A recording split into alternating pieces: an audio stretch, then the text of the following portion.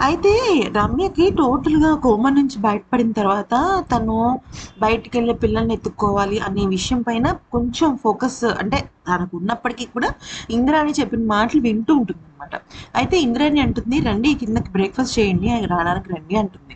మరోవైపు ఆదికేశవకి కూడా వాళ్ళ ఆఫీస్‌లో ఉద్యోగం ఇచ్చేంత వరకు ఒక సెక్యూరిటీ గార్డ్‌లా కాకుండా వాళ్ళ ఇంటికి పిలిచి భోజనం పెట్టి ఇట్లా ఒక సొంత మనిషిలాగే చూసుకుంటుందనమాట ఇంద్రాణి.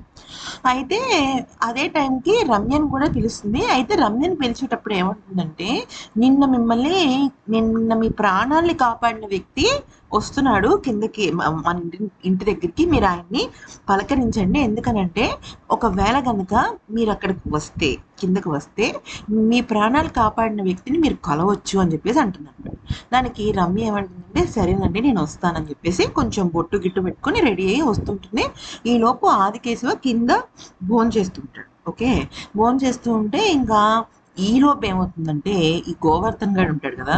గోవర్ధన్ గాడు చాలా ఆవేశంగా ఇంద్రాణి ఇంటికి వస్తాడు. ఎందుకు? అవమానించింది కదా ఇంద్రాణి. క్రితం రోజు బర్త్‌డే ఫంక్షన్‌లో. అయితే కట్టుకున్న భార్య, చుట్టుపక్కలున్న తన మనుషులు అందరూ కూడా ప బాగా ఎక్కువ రెచ్చగొడతారు. రెచ్చగొట్టేసరికి ఇక ఇంద్రాణి దగ్గరికొస్తాడు. అదే టైంకి ఆదికేశవ భోంచేస్తుంటాడనమాట. అంటే టిఫిన్ చేస్తూ ఉంటాడు. అయితే ఈలోపు ఏమవుతుందంటే గోవర్ధన్ బయటున్న సెక్యూరిటీ గార్డ్ మీద చేయి చేసుకోవడమే కాకుండా ఇక లోపలికి చాలా బలవంతంగా, దౌర్జన్యంగా లోపలికి వచ్చి ఇంద్రాణి మీద దెబ్బలాడకి దిగుతాడు.